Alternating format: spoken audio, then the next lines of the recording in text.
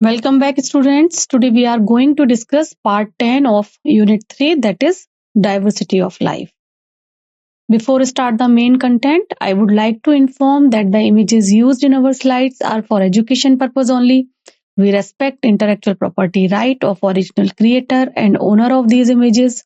If you are the owner of any of the images used in this PPT, have any concern, any issue, please contact us at sathi@iitk.ac.in and we shall remove the images. In today's video lecture, we are mainly focusing on, and we are discussing this animal kingdom, right?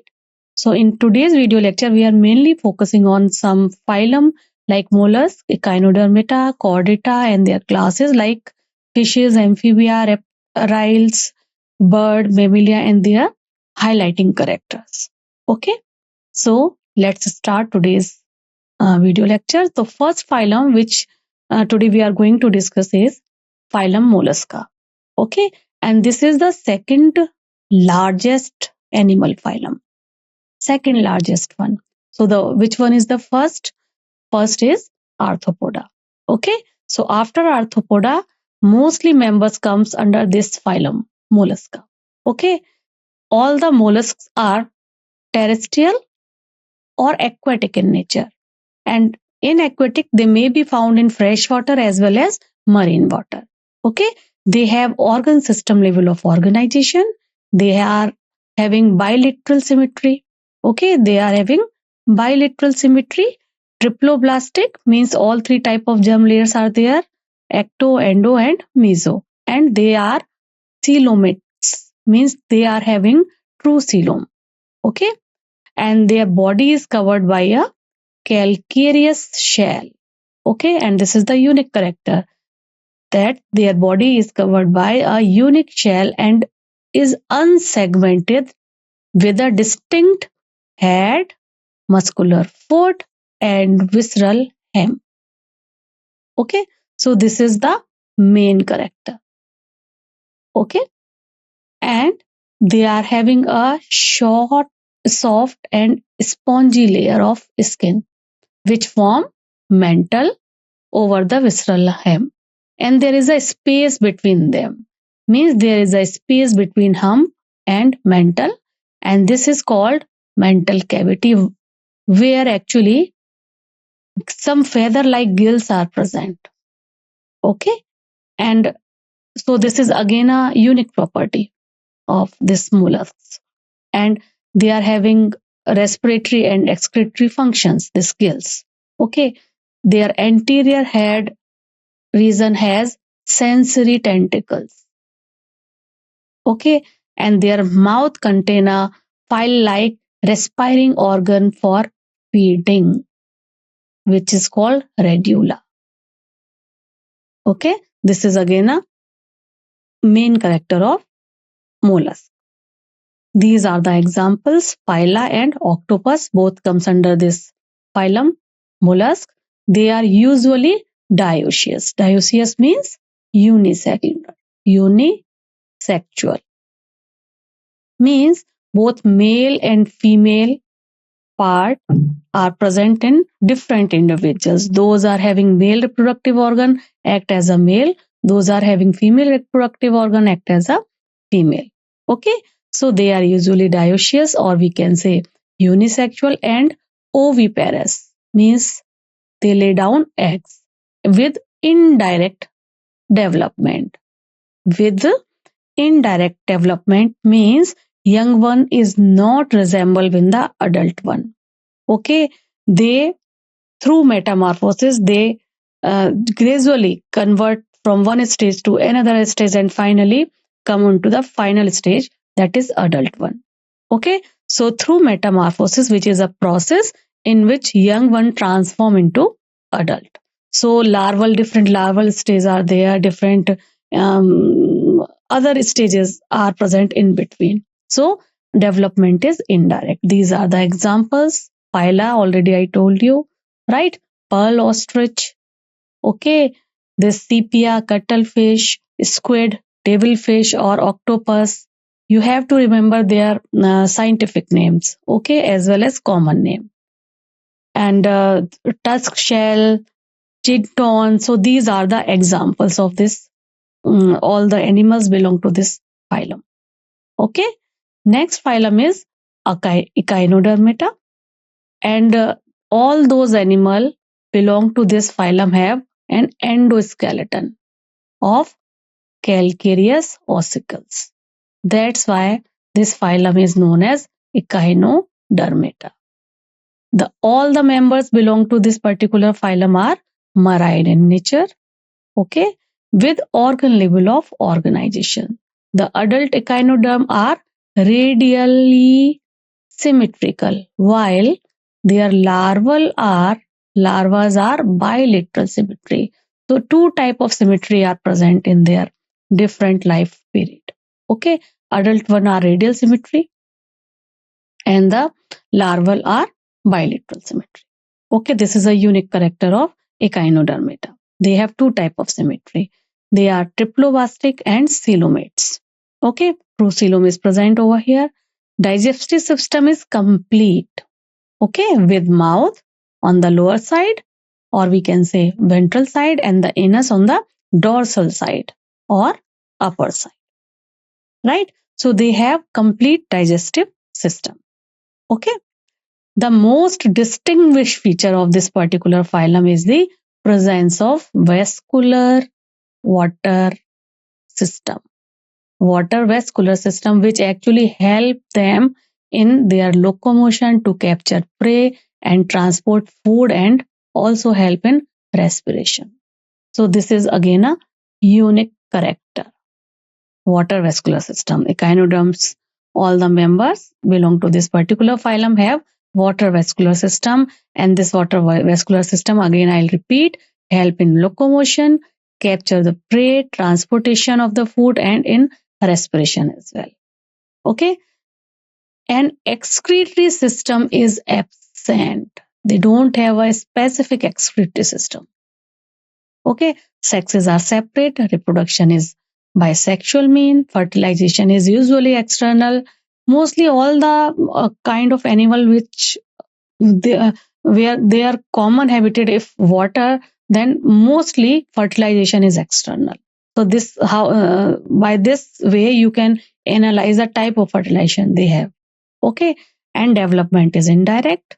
Okay, means there are so many intermediate stages through metamorphosis. The young one get converted into the adult one with the free swimming larva.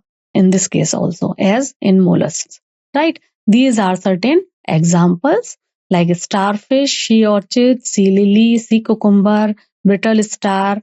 Already I told you, you have to learn their scientific name and their zoological name.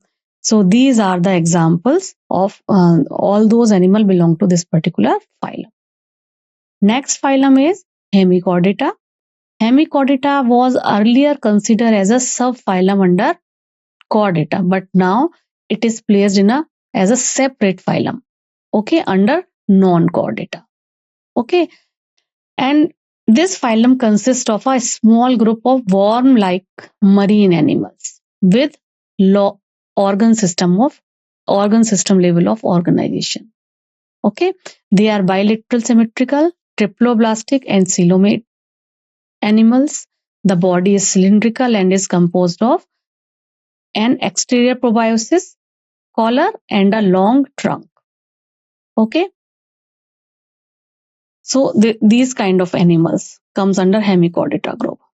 Melanoglossus. This is a picture of melanoglossus. Their circulatory system is of open type. Respiration takes place through gills.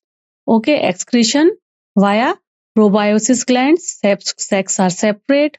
Fertilization is external. Development is indirect. And these are the example: melanoglossus and Saccoglossus. These two animal comes under this particular phylum, Hemichordata. Now, phylum Chordata, and this is one is very, very important. And what is the fundamental characteristic of Chordata? Presence of notochord. This is the main characteristic. Okay, presence of notochord and a dorsal hollow nerve cord also. They are also having dorsal and hollow one nerve cord and paired pharyngeal gill slits. So these important word, of course, this one, but these two characters are also very important. Means they are having notochord as well as dorsal hollow nerve cord and paired pharyngeal gill slits. They are bilateral symmetrical, okay, triploblastic in nature, coelomates with organ level of organization. They have different organs for different function. In spite of this, they are also having another very important property, that the presence of post-anal tail. They have a tail character, post-anal tail, and a closed circulatory system. Closed circulatory system. Okay, these two are again a very important character of this particular phylum. We can divide this particular phylum into three subphyla category: Urochordata, Cephalochordata, and Vertebrata. Okay, Urochordata also known as Tunicata, and these two subphyla collectively we can use the term Protochordata for them. And all the animals belong to these two groups or these two subphyla are mostly found in marine environment. So they are mostly marine. Okay, their natural habitat is mostly marine. Okay, so phylum Chordata we can further divide it into three subphyla: Urochordata, Cephalochordata, and Vertebrata. And these first two, Urochordata and Cephalochordata, collectively known as Protochordata. Clear? Okay, so Protochordata, phylum Chordata again, subphylum, and these two groups belong to this Protochordata, Urochordata and Cephalochordata. Right? So now let's compare chordata with non-chordata. So in chordata, notochord must be present. So notochord is present, right? While in non-chordata, notochord is absent. Here, central nervous system is dorsal, hollow, and single. Okay, just now we have learned about it, right? While here in non-chordata, central nervous system is CNS is ventral, not dorsal. Ventral and solid and double, just opposite of this character, second one. Okay, they are having pharyngeal gill slits, while in non-chordata gill slits are absent. These are not present, are absent. Heart is ventral in chordata, while here again heart is dorsal if present, because all the members are not having this heart. Okay. In chordata, a post-anal part, that is tail, is present. This is an important character of chordata, while here in non-chordates, tail, there is no concept of tail. So post-anal tail is absent. So this is how we can compare non-chordata with the chordata. Okay. So in chordata, in Urochordata, notochord only present in the larval stage. In larval tail. Okay. While in Cephalochordata, throughout life, it is present from head to tail. Reason, okay. So this is the difference between these two. Okay. Notochord is present only in the larval tail in Urochordata, while here in Cephalochordata, throughout life, it is present. These are the examples. Some animals belong to this Urochordata category. As you can see, this Ascidia belong to Urochordata, Salpa, Doliodulum also belong to Urochordata, while Cephalochordata, Branchiostroma, okay, Lancet, these are the examples. Okay, you have to learn some of the name because sometime question asked on this particular thing. Now next subphylum is Vertebrata. Okay, so the member of subphylum Vertebrata possess notochord during their embryonic stage, during their embryonic period. Okay, while in the adult this notochord is replaced by cartilaginous bony vertebral column. Okay, So only in the embryonic stage notochord is present. As it passed through all the embryonic stages and convert into the mature one, then this will convert into cartilaginous vertebral column in adult. Okay, first property. Second, we can say that on the basis of this character that all vertebrates are chordates. Yes, but all chordates are not vertebrate. While because in their adult form, this will convert into the vertebral column, that is bony or cartilaginous. Okay, that's why. So all vertebrates are chordates, but not all chordates are vertebrates. Clear? And vertebrates have a ventral muscular heart. They are having muscular heart, ventral muscular heart with initially 2-chambered, okay, then 3-chambered, then 4-chambered. Okay, initial stages means fish on at that particular level, 2-chamber, then 3-chamber like frog, in 3 chambers are there, and 4-chamber in the mammals like this.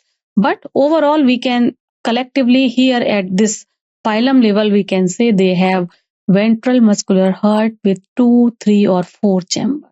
They have a specific organ for secretion, kidney.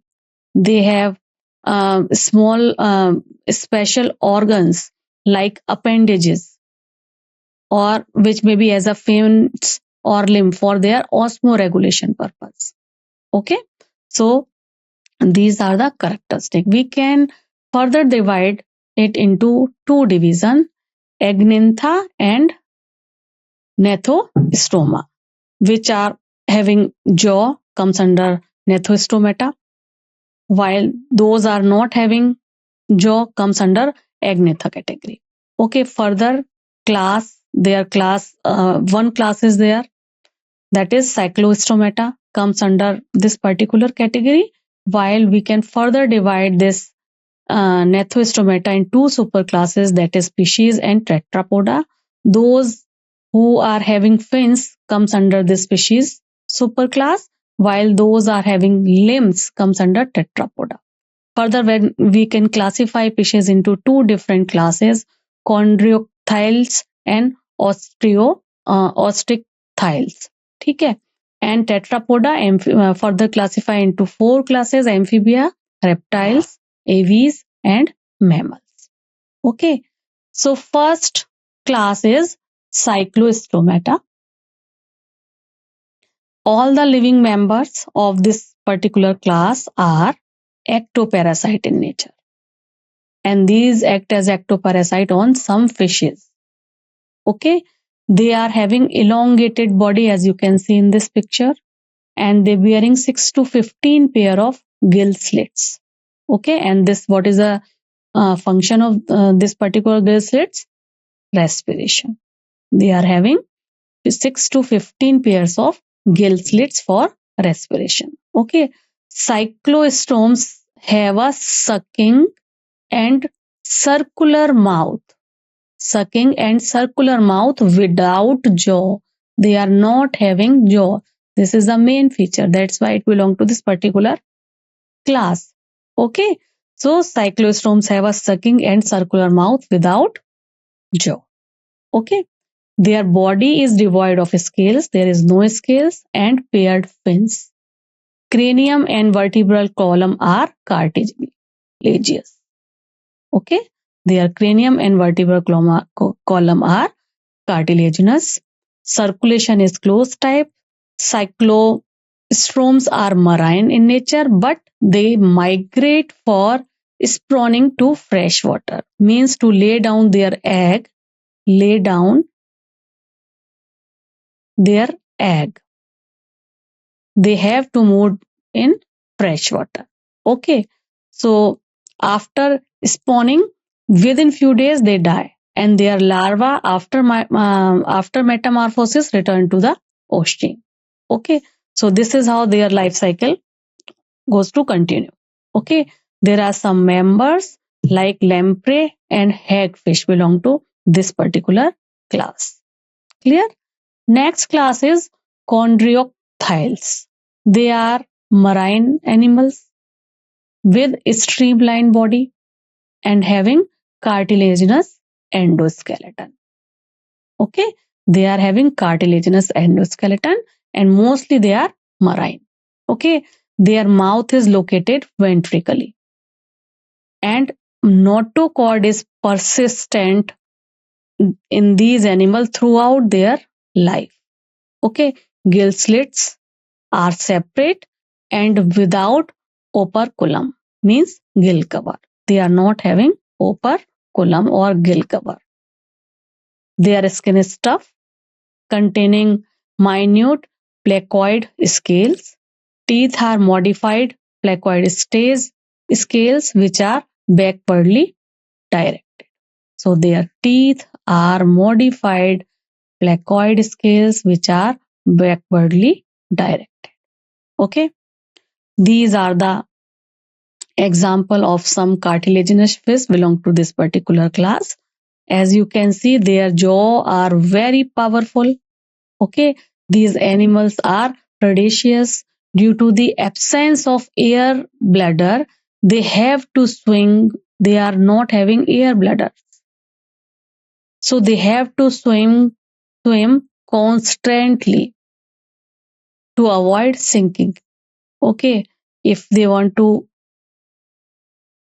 do some kind of rest, they can't do this because they, in that particular case, because they are not having air bladder, so they can sink down in the water. So because of this reason, they have to swim constantly. Okay, their heart is two chambered. These are fishes na, so heart is two chamber, one auricle is there and one ventricle. Okay, some of them have electric organs like in torpedo. Torpedo is having electric organ, and some possess poison string like trigon. These are specific examples. You have to learn this. Sometime question may ask. Okay, they are cold-blooded. Okay, so what is the right term for all the animals having cold-blooded property? Poikilotherm. They are poikilotherms. Animals means they are not having the capacity to regulate their body temperature. They can't regulate their body temperature. They are cold-blooded. Okay. So, or we can say simply that only aves, or we can say bird and mammals, they both comes under warm-blooded category. Rest all animals comes under poikilotherm category. Okay. Here, sexes are separate. In this particular case also, males pelvic fin bear claspers. They have internal fertilization and many of them are viviparous as well. Okay, many of them are viviparous because their fertilization is internal. Very important part. Okay, so these kind of fishes like dogfish, shawfish, great white shark, stingray, they all trigon or stingray. They all belong to this particular class. Clear? Now next is osteichthynes.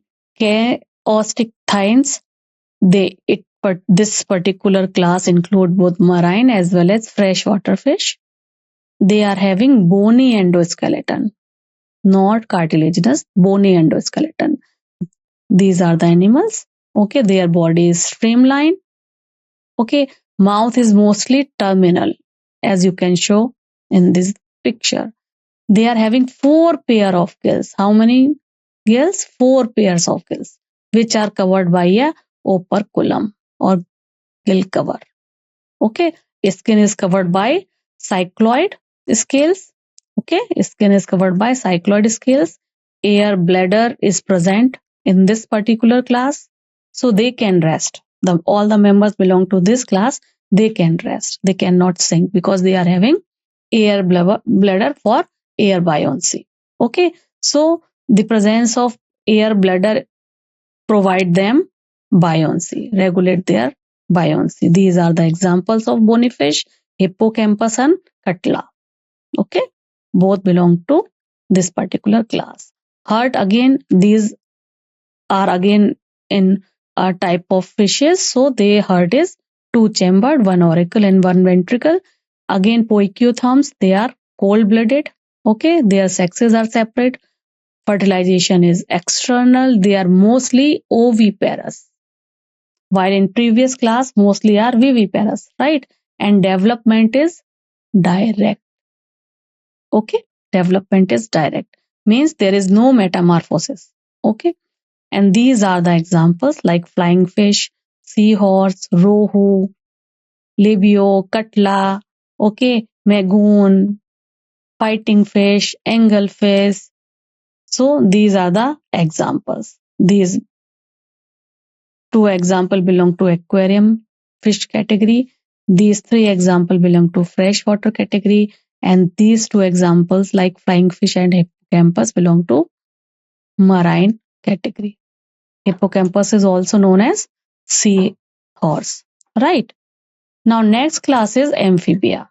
Okay, amphibia can live in aquatic as well as terrestrial habitat, right? That's why it is written over here. Amphi means dual life. They are comfortable in both the type of area, means in water as well as in terrestrial, but they can move according to their need. In particular, means during fertilization time they have to, or during rainy season they have to fertilize, so they prefer aquatic habitat, right? Most of them have two pair of limbs. Most of them have two pair of limbs. Body is divided into head and trunk. Head and trunk. Okay. Tail may be present in some or maybe not present in some. Okay. The amphibian skin is moist and they don't have scales on their body. Without scale. So this is the difference between amphibia and fishes. Okay. Amphibian skin is moist in nature. Eye has an eyelid. Okay. And there is a tympanum present on the ear. Okay. And their alimentary canal, they have a specific organ system like alimentary canal, urinary system, reproductive system. Okay. And all three systems open into a common chamber known as cloaca, which is open to the exterior. Okay. Respiration in amphibia done by all three methods: through gill, through lungs, and through air.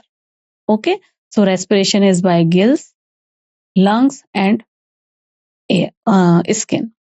Heart is three-chambered, means two auricle and one ventricle. They are again cold-blooded animals. Sexes are separate. Fertilization is external. They are oviparous and development is indirect. Means there is a metamorphosis. Larva, then tadpole, then mature one. Okay. So oviparous and development is indirect. These are the animal name like toad, rana, frog, hyla, tree frog, salamandra, ichthyophus, or lymphless amphibia. These are the examples belong to this particular amphibia class. Okay. Next class is reptilia, means creeping vertebrates. Creeping vertebrates. Okay. The class name referred their creeping and clawing mode of locomotion. Right.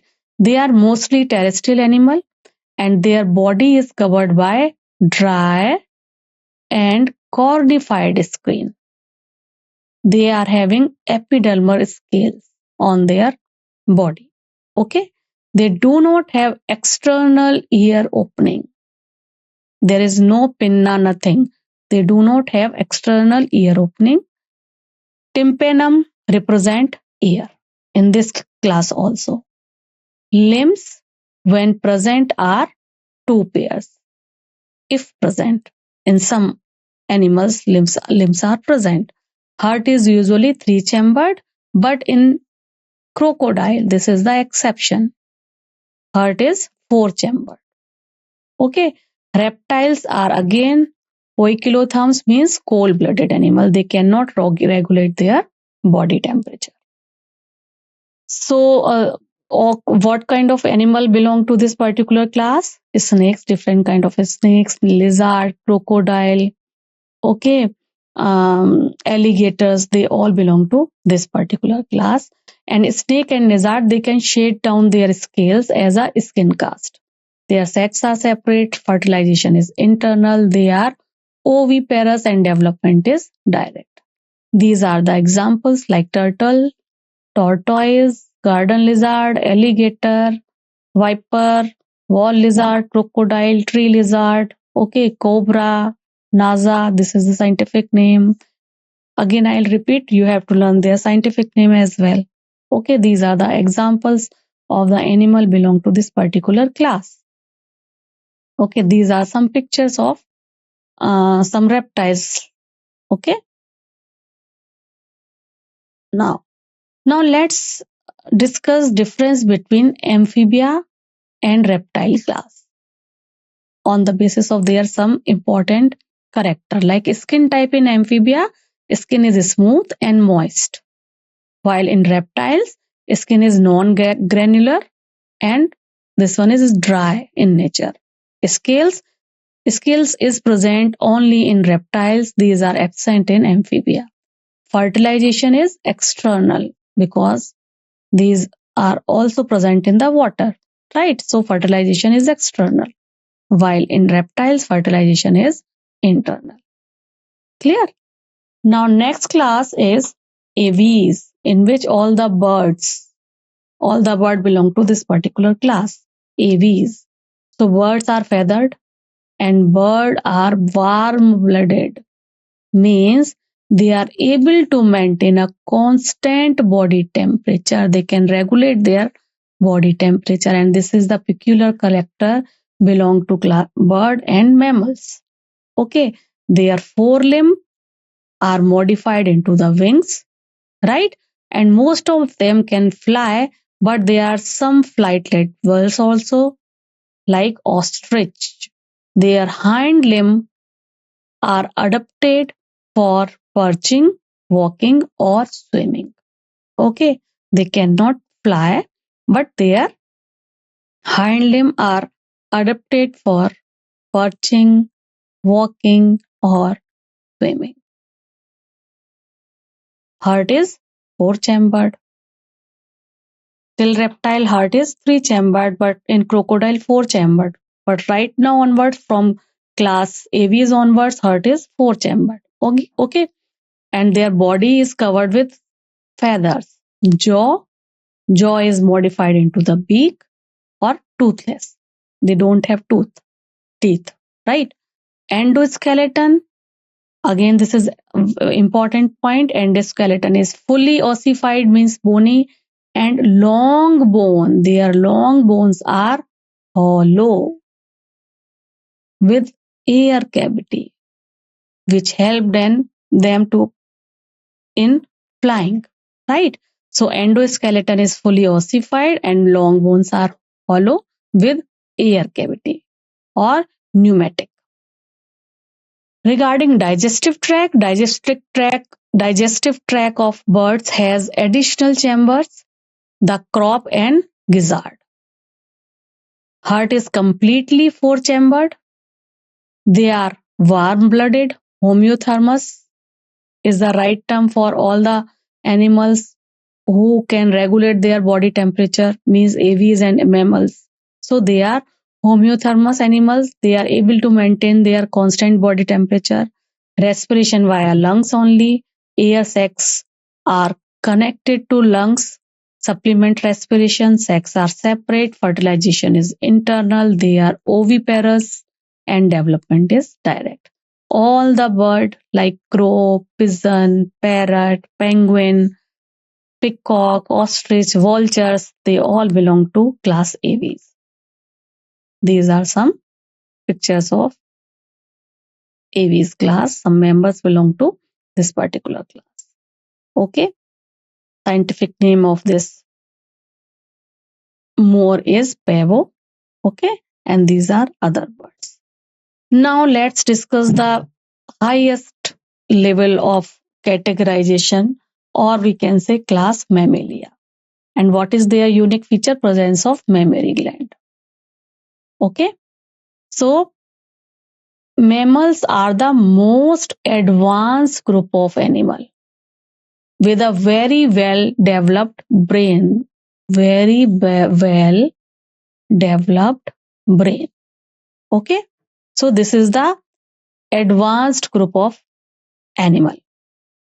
All the animals belong to this Mammalia class they are having highly developed brain.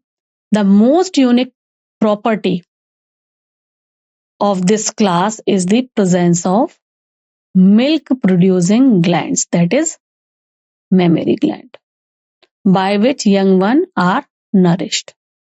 Okay, by which young one are nourished.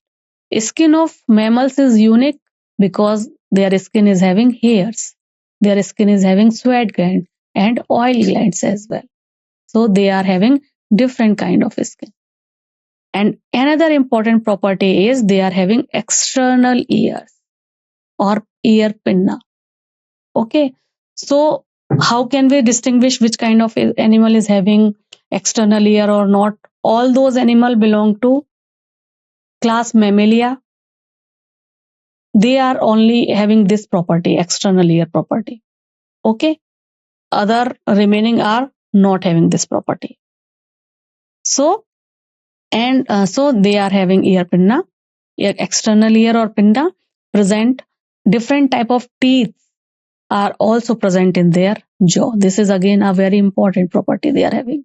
So what are the unique properties? They are having mammary glands.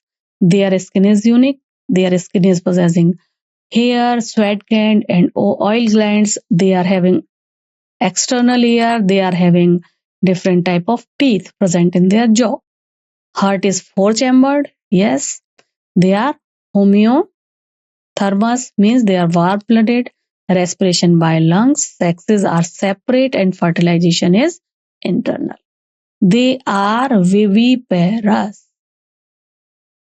But there are few exceptions as well. Okay, like Echidna, Platypus. These two, Platypus and Echidna, they lay down egg, means they are oviparous animals. Okay, kangaroo is another example. Actually, kangaroo is a viviparous type of animal, but it gives rise to a very poorly developed young one. Remaining development of the young one occur within their pouch only, right? So this is how we can say this one is different. So few exceptions, you have to learn these two names. Oviparous means Platypus, and remaining comes under viviparous category like kangaroo, flying fox, monkey, rat, dog, cat, horse, tiger, lion, Panthera leo, Panthera tigris, equus. Okay, so these are the examples belong to this particular class. Okay, these are some pictures. Now let's compare aves and mammal. On the basis of their character, right? So presence of wings. First character is wing. So in aves, forelimbs are modified into the wings, while wings are absent. But there is some exception, that is bat. Okay, feathers. Feathers is present in the aves, all the members of aves, and their body is covered with the feather and scales, while this one is not present in mammals. Okay, third is skin type. So in aves, skin is dry. There is no sweat gland present on their skin. While in mammals, sweat gland is there, oil gland is there, in fact, tiny hairs is there. Okay, mammary glands, this is a unique feature present only in mammals, female mammals, right? Present these mammary gland is present in female for feeding the young one, while it is absent in aves. Clear? Next is beak. Toothless beak is present in aves. There is no tooth, while beak is not present in the mammal. Bones. In aves, bones are hollow. Okay, bones are hollow, while they are not possess air cavity. Bone is there, but hollow bones are not there. Their bones are not possess air cavity, right? Reproduction is oviparous. They lay down egg. In all the mammals belong to aves, while these mammals are viviparous. They will give rise to the birth of the new young one directly. Okay. Okay, so these are the final slide of this today's lecture. Let's compare the silent feature of different phyla belong to the animal kingdom. Okay, so first phyla is Porifera. And level of organization in Porifera, this is the only phyla is having cellular level of organization. Okay, but remaining two, Coelenterata and Ctenophora, both of them are having tissue level of organization. Now onwards, Platyhelminthes, Eschyhelminthes, Annelida, Orthopoda and till Chordata, they all are having organ system level of organization. Now compare the symmetry type. So in Porifera, various symmetry, they are asymmetric in nature. Okay, while in Coelenterata and Ctenophora, they are having radial symmetry, and radial symmetry is also present in Echinodermata. Okay, mature one. Okay, in mature member belong to this at their larger larval stage asymmetric, right? Bilateral symmetry. Oh, sorry. And remaining all other are having bilateral symmetry. Now let's discuss their coelom type. So Porifera, Coelenterata, Ctenophora, Platyhelminthes, they are not having coelom, so coelom is absent. While in Eschyhelminthes, we can say it is having pseudocoelom. Eschyhelminthes pseudocoelom. Remaining from Annelida to Chordata, they are having true coelom, so coelomates. About segmentation, segmentation is present in Annelida. Segmentation is present in Annelida. Segmentation is present in Arthropoda. Okay, and segmentation is also present in Chordata. All remaining members, there are no segmentation. About digestive system is 100% absent in Porifera. Okay, remaining three like Coelenterata, Ctenophora, Platyhelminthes, all three are having incomplete digestive system. While Eschyhelminthes onwards, they are having complete digestive system. Okay, from where pseudocoelom has been developed, from pseudocoelom to coelomates, all are having complete digestive system. Regarding circulatory system is present in Annelida, Arthropoda. Annelida onwards, if we can say all the members belong to Annelida, Arthropoda, Mollusca, Echinodermata, Hemichordata and Chordata. While this is not present in the upper one, means Porifera, Coelenterata, Ctenophora and Platyhelminthes. Regarding respiratory system is present from Arthropoda only, Arthropoda onwards. From Orthopoda onwards. Remaining upper one, there are no separate respiratory system. Okay, what is the distinctive feature of Porifera? Distinctive feature is their body is having so many pores.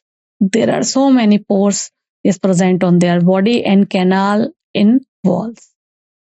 What is the specific feature of Coelenterata? They are having cnidoblasts. Ctenophora, they are having comb plate for locomotion. This is the main feature. What is the main feature of Platyhelminthes? They are having flat body. They are having suckers. Aschelminthes, they are having round body or worn body, elongated. What is the main feature of Annelida? Their body is segmented, ring-like structure. What is the main feature of Arthropoda? They are having exoskeleton, chitinous cuticles, okay, and jointed aperture. This is the main distinguishing feature of Arthropoda. What is the main feature of Mollusca? They are external skeleton of shell is usually present. Main feature of Echinodermata, water vascular system and radial symmetry. Okay, water vascular system and radial symmetry. Okay, about Hemichordata, worn like with proboscis, collar and trunk. Their body is divided into these three parts. In Chordata, the presence of notochord, presence of dorsal hollow nervous system, nerve cord, gill slits with limb and fins. This is the main distinguished feature of phylum Chordata. Okay, so this is all about of today's lecture. Now we have completed this animal kingdom and all the respective classes. If you are having any doubt, any confusion related to today's video lecture, you can write down to me in the comment box. We will discuss it later on. Till then, take care, bye bye, and keep learning. Namaskar.